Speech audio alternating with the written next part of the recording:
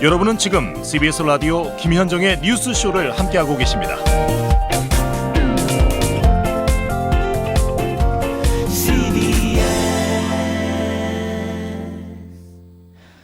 지난 주말 더불어민주당이 국회의원 자녀의 대학 입시 조사 특별법을 발의하겠다라고 결정을 했습니다. 그러자 자유한국당은 국회의원 자녀뿐만 아니라 고위공직자 자녀들까지 전수조사를 해야 한다면서 역시 특별법을 내겠다는 입장을 내놨죠. 결국 부모의 스펙이 자녀의 스펙이 되는 이 불공평한 입시제도를 개선해보자는 움직임의 일환입니다. 교육부도요, 특별 감사 결과를 하나 발표했는데 지난 2년 내에 이 논문들을 들여다보니 미성년자를 논문의 공저자로 올린 논문이 총 794건이었습니다. 미성년, 중학생, 고등학생이 대학 논문의 공저자가 되는 경우. 근데 이것도 전부가 아니다. 그 실태는 더 어마어마하다 주장하고 계신 분이 계세요. 예. 처음 이 문제가 불거졌을 때 내부 고발을 하셨던 분이죠. 지금은 캐나다 오타와대에 계십니다. 김우재 교수 연결을 해보죠.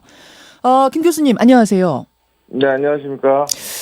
일단 논문의 기본을 우리가 이해해야 할 텐데, 그러니까 네. 논문은 교신 저자가 있고 제1저자, 제2저자 이렇게 쭉 가는 거 맞죠?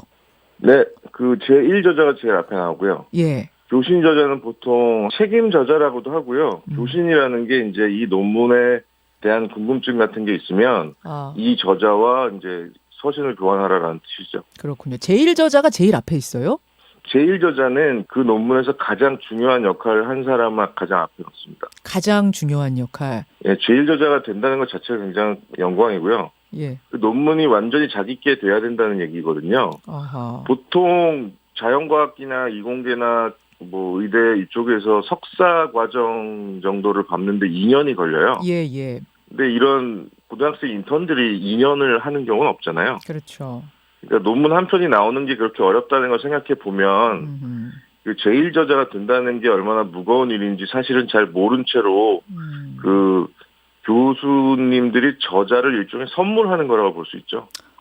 그러면 그 제1저자, 제2저자, 제3저자를 누가 정하는데 어떤 기준으로 어떻게 정하는데요? 그게 법으로 나와 있는 건 아니고요. 예. 그 보통 교신 저자가 거의 대부분의 그 저자 순서를 정한다고 보시면 되거든요. 교신 저자 맘이에요, 그러면? 교신 저자에게 막강한 권력이 있어요. 근데 그렇게 넣어주면 안 되는 거예요, 원래. 안 된, 뭐 부정이죠. 부정 선물을 하는 경우들이 있지 않은가. 이것을. 이게 옛날부터 그랬던 건 아니고요. 예. 이렇게 저자 선물이나, 그러니까 저는 이거를 논문 저자 시장이라고 부르는데요. 그러니까 어떻게 보면 가이드라인이 제대로 정해지지 않는 상태에서 예. 어느 날 갑자기 연구자들이 중간쯤에 저자를 넣어도 예. 별 문제가 되지 않는다라는 그걸 알았겠죠. 근데 이 저자 가이드라인이 생기기 시작한 건 예. 외국이나 한국에서도 똑같이 그 선배 과학자나 선배 그 연구자들이 예. 후배 연구자들한테 자기 이름을 중간에 넣으라고 강요하는 경우가 굉장히 많았거든요. 내 이름 하나 더 넣어달라. 그래서 공적이 쌓이니까. 서로 품앗이네요. 연구자들끼리 서로 품앗이. 그런 일들이 일어났죠. 왜냐하면 그 논문 경쟁이 심각해지고 이런 와중에 그게 실적이 되니까요. 실적이 돼. 자, 그게 바로 김우재 교수가 오래전부터 주장해온 논문 저자 시장, 논문 마켓이라는 건데 그것이 고등학생들에게까지 마켓이 넓어진 것은 대학 입시제도가 변하면서 입학 사정관제가 시작되면서부터 그렇다 그 말씀이시죠? 입학 사정관제에서 이제 그런 과외 활동들이 그 대학에 들어가는데 도움이 되기 시작하면서 모든 그 학부모들이나 이런 사람들이 그 논문 시장을 쳐다보기 시작한 거죠. 네.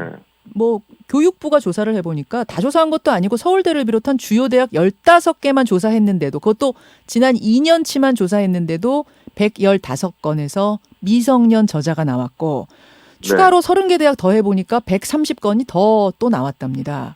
이게 전부가 아닐 건 게요. 왜냐면 그 저자의 소속을 기재할 때 고등학교로 안 기재했을 수도 있거든요. 미성년자인데도 불구하고 고등학생인데도 불구하고 그렇죠. 그렇게 피해 나간 그리고 경우. 지금 이제 자녀 논문이나 뭐 이런 것들은 들키긴 했는데요.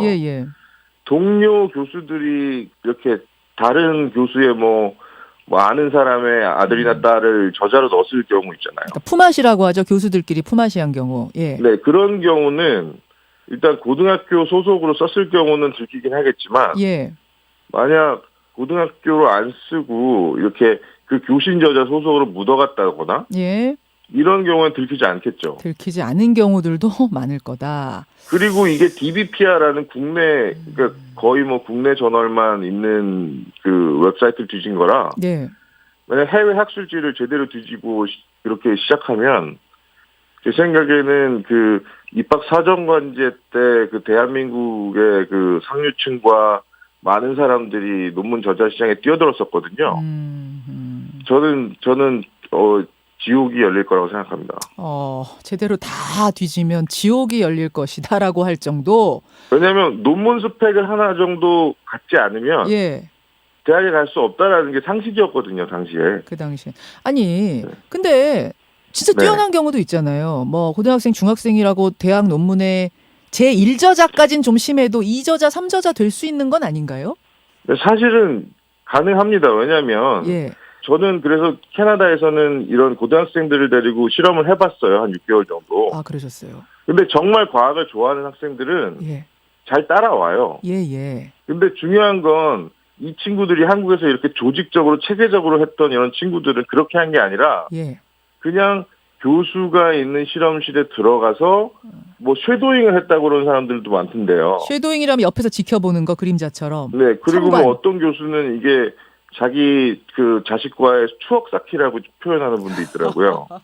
그거는 그 이제 모래성을 쌓듯이. 네. 자기 논문에 자기 자녀 넣은 경우 그 경우 이제 품앗이도 아니고 아예 자기 자녀를 자기 논문에 올린 경우. 네, 그리고 그런 분들이 그렇게 변명을 하시더라고요. 근데 그런 방식으로는 논문을 쓸 수 없는 거예요. 알겠습니다. 저자 하나가 들어가기 위해서 얼마나 그 석사, 박사 과정에 있는 대학원생들이 노력을 하는지 알면 예. 교수님들은 대부분 이걸 알 거 아닙니까? 아, 당연히 아시죠. 근데 그걸 아는 교수들이 그렇게 자기 자녀라고 아니면 자기 동료의 자녀라고 해서 논문 저자가 이렇게 쉽게 되게 만들어주면 뭐 이미 좋죠. 제 생각엔 학계는 네. 이미 망가질 대로 망가진 거라고 보셔도 될 것 같아요. 망가질 대로 망가진 거.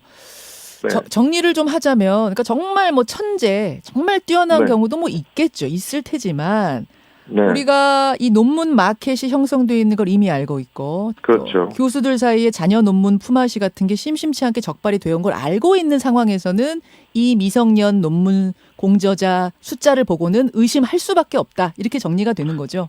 이렇게 체계적이고 조직적으로 그 미성년 논문이 나온 나라는 예. 우리나라밖에 없을 거예요, 아마. 이렇게 많이 나온 나라는. 제 생각에 이거는 단순히 물론 교수들의 그 양심이나 이런 문제도 분명히 있고요. 예. 중요하죠. 예. 그것도 있고, 이 입시제도의 문제도 있고요. 예. 그 다음에 이거를 제대로 통제하지 못하는 교육부나 예. 과학기술부나 이런 정부 부처의 문제도 있는 거고요. 그렇죠. 저는 이거 네. 전체 다 하면 얼마나 나올까 참 속이 많이 상하네요. 이거 대책 없겠습니까, 교수님? 일단 조사는 할 수 있는 만큼 해야 된다고 보고요. 예. 왜냐하면 우리나라 그 교수 사회가 이 문제에 대해서 아직도 심각하게 생각하지 않는 것 같아요. 예를 들어서 부모하고 그 추억을 쌓는 문제고 내 자식인데 너무 뛰어났다 이런 식으로 인터뷰하는 교수들이 대부분 잘못했다고 하는 사람이 없더라고요. 이건 제 생각엔 처벌 규정이 너무 낮고요. 네. 교수 사회가 가지고 있는 어떤 인식이 너무 낮다. 국민들한테 이런 그 학계가 얼마나 잘못되어 있고 이런 걸 알리기 위해서라도 예.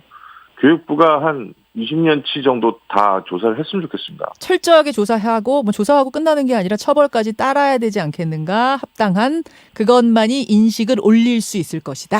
이런 말씀 네, 그렇습니다. 여기까지 듣기로 하죠. 김우재 교수님 네. 고맙습니다. 감사합니다. 예, 캐나다 오타와대 김우재 교수였습니다. 김현정의 뉴스쇼는 청취자 여러분의 참여로 이루어집니다. 트위터, 페이스북, 레인보우 게시판, 그리고 단문 50원, 장문 100원의 유료 문자 샵 1212, 우물정 1212 통해 참여하실 수 있습니다. 김현정의 뉴스쇼, 여러분과 함께 만듭니다.